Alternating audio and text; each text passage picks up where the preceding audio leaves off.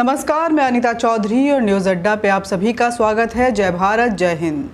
तालिबान धीरे धीरे अपने चेहरे का खुलासा करता जा रहा है और पाकिस्तान उसकी नुमाइंदगी करता हुआ नज़र आ रहा है। पाकिस्तान तालिबान के रास्ते पे चलने को तैयार है, भले ही इसके लिए चाहे कोई भी उसको सौदा क्यों न करना पड़े।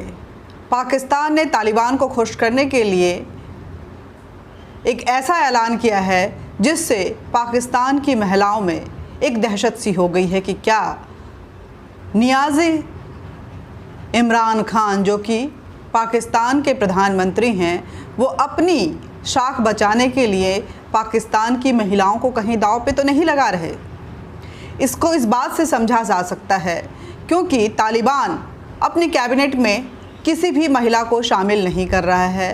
तालिबान ने महिला क्रिकेट पे भी रोक लगा दी है, जिसको लेकर के ऑस्ट्रेलिया ने ऐलान कर दिया है कि हम अफ़गानिस्तान की टीम से तभी खेलेंगे जब अफ़गानिस्तान की महिला क्रिकेट टीम को भी खेलने का मौका दिया जाएगा।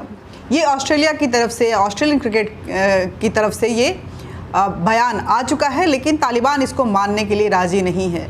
तालिबान कहता है कि महिलाओं का कैबिनेट में रहना बिल्कुल ज़रूरी नहीं है क्योंकि वो इसे संभाल नहीं सकती हैं। किसी मंत्री पद को देना महिला के गले में वो पट्टा होगा जिसके लिए वो काबिल ही नहीं है और तैयार नहीं है। साथ ही तालिबान के एक प्रवक्ता ने ये भी ऐलान कर दिया है कि महिलाएं इस देश में सिर्फ बच्चा पैदा करने के लिए हैं, उनका काम सिर्फ बच्चा पैदा करना होगा। ये खोलकर तालिबान ने कह दिया है और पाकिस्तान भी इसी रास्ते पे चलने को तैयार हो गया है। पाकिस्तान के नियाज़ी इमरान खान, जो फ़िलहाल पाकिस्तान के प्रधानमंत्री के रूप में पाकिस्तान की कमान संभाले हुए हैं, जिससे पाकिस्तान की जनता बिल्कुल त्रस्त हो चुकी है, खासकर महिलाओं की बात अगर करें तो उन्होंने ऐलान किया है कि स्कूल की टीचर्स जीन्स और शर्ट पहनकर स्कूल में पढ़ाने नहीं जाएंगी। वहाँ की महिलाएं जीन्स और टी शर्ट नहीं पहनेंगी, ये रोक लगा दी है। ये एक स्टेटमेंट जारी करते हुए कहा गया है कि महिलाएं जीन्स और टी शर्ट पहनकर वहाँ नहीं जाएंगी। अब धीरे धीरे इसकी शुरुआत हुई है। फ़िलहाल पाकिस्तान की महिलाओं पे जीन्स और टी शर्ट पहनने पे रोक लगाई गई है। आगे आगे देखिए होता है क्या। अभी हाल ही में हमने देखा था कि पाकिस्तान के स्वतंत्रता दिवस जिसे वो मना रहे थे 14 अगस्त को, उसी फंक्शन में एक महिला टिकटॉकर जब वीडियो बना रही थी तो किस तरह से उसका विरोध किया गया। उसको एक हाथ से उछालकर दूसरे हाथ में फेंका गया और उसके कपड़े तार तार कर दिए गए। तकरीबन 400 पुरुषों ने उस महिला के साथ जो अभद्र व्यवहार किया, उससे वो महिला इतना डर गई कि उसको ऐसा लगा कि पाकिस्तान में क्या सिर्फ एक लड़की होना, लड़की पैदा होना ये गुनाह था? क्या मेरा ये गुनाह था कि मैं पाकिस्तान की सरजमी पे बतौर एक लड़की पैदा हुई और इसलिए लोगों ने मेरा ये हर्ष बना दिया? ये कहना है वहाँ की टिकटॉकर का, जो कि महिला थी।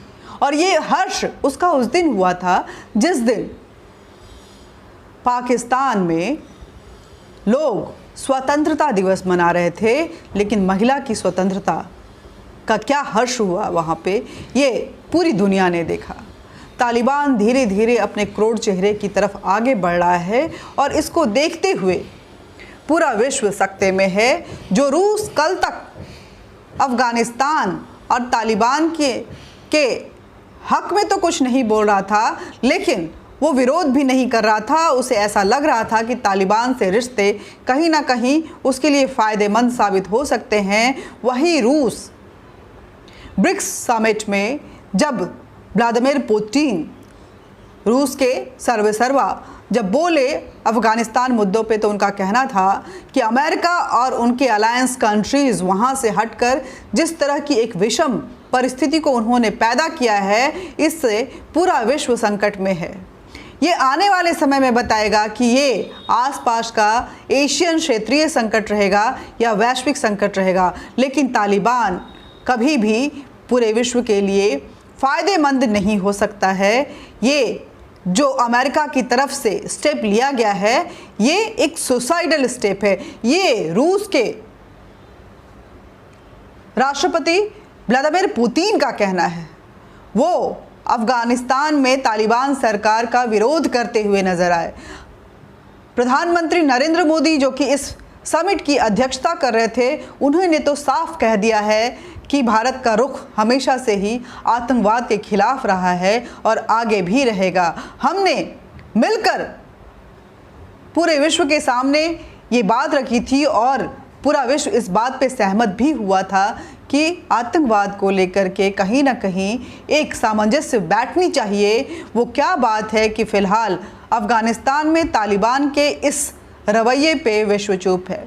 इसके लिए पूरे विश्व को खामियाजा भुगतना पड़ सकता है। ये वैश्विक संकट है और इसके लिए रणनीति ज़बरदस्त होनी चाहिए। आप इस बात से समझ सकते हैं कि भारत के साथ लगातार हर देश के एनएसए और जासूसों का जो उनके टॉप जो स्पाई हैं उनकी बैठकें हो रही हैं। हर देश के जासूस हमारे एनएसए अजित डोभाल से मिल रहे हैं और रणनीति पे बात कर रहे हैं। हर देश के जो एनएसए हैं, जो स्पाइज़ हैं, वो भारत के साथ मीटिंग्स कर रहे हैं, बैठक कर रहे हैं। विदेश मंत्री से लेकर के विदेश सचिव तक वो भारत के संपर्क में हैं और हर देश ये पुख्ता कोशिश कर रहा है कि इस वैश्विक संकट से कैसे निपटा जाए और सबकी निर्भरता जो है वो भारत की तरफ बढ़ती हुई दिख रही है। भारत की जिम्मेदारी ज़्यादा बढ़ गई है, लेकिन भारत अपनी जिम्मेदारियों का अच्छे से निर्वाह तभी कर पाएगा जब वैश्विक समूह जो है वो सहयोग के साथ आतंकवाद के खिलाफ बुलंद आवाज़ में एकजुट होकर अपनी आवाज़ उठाएं। तालिबान एक कहर ढाने वाला है, जिसके चेहरे जो आया था कि हम बदले हुए चेहरे के साथ हैं। ये पाकिस्तान लगातार कोशिश कर रहा था कि तालिबान एक बदले हुए स्वरूप में है, लेकिन जैसे जैसे उनके बयान आ रहे हैं उसके स्वरूप की यथावत स्थिति सामने आती जा रही है। पाकिस्तान के खिलाफ भी कई देश अब एकजुट होना शुरू हो गए हैं। पाकिस्तान आने वाले दिनों में किस वैश्विक संकट का सामना करने जा रहा है, शायद नियाज़ी इमरान खान को ये अंदाज़ा नहीं है, लेकिन भारत विश्व गुरु बनेगा, इस बात की तस्दीक इस बात से कर सकते हैं कि आज आतंकवाद के खिलाफ लड़ाई में पूरा विश्व भारत की तरफ मुंह ताके हुए है। नमस्कार। वीडियो को ज़्यादा से ज़्यादा शेयर कीजिए, लाइक कीजिए, सब्सक्राइब कीजिए, बेल बटन ज़रूर दबाइए ताकि हमारे वीडियो जब भी अपलोड हों आप तक नोटिफिकेशन पहुँचे। और इस मुद्दे पे आप क्या विचार रखते हैं? भारत क्या आने वाले दिनों में विश्व को आतंकवाद की पाठशाला में शांति क्या होती है और शांति दूत की परिभाषा क्या होती है, क्या ये बताने जा रहा है? क्या सच में तालिबान एक वैश्विक संकट के रूप में उभर रहा है और जिस अमेरिका ने वो चाल चली विश्व को डिस्टर्ब करने के लिए, खासकर एशियन जोन को, सेंट्रल एशिया को, साउथ एशिया को, क्या ये अमेरिका पे भारी पड़ने वाला है? इन सभी बातों का जवाब आप ज़रूर दीजिए कमेंट बॉक्स में, अपने विचार ज़रूर रखिए, तभी जो दिशा है वो सही डायरेक्शन में जाता है और बातचीत भी जो है वो कॉन्क्रीट और कंक्लूसिव होकर बाहर निकलता है। आपकी सलाह, आपके विचार हमारे लिए बेहद सम्मानजनक हैं और बेहद ज़रूरी भी हैं। नमस्कार। जय भारत, जय हिंद।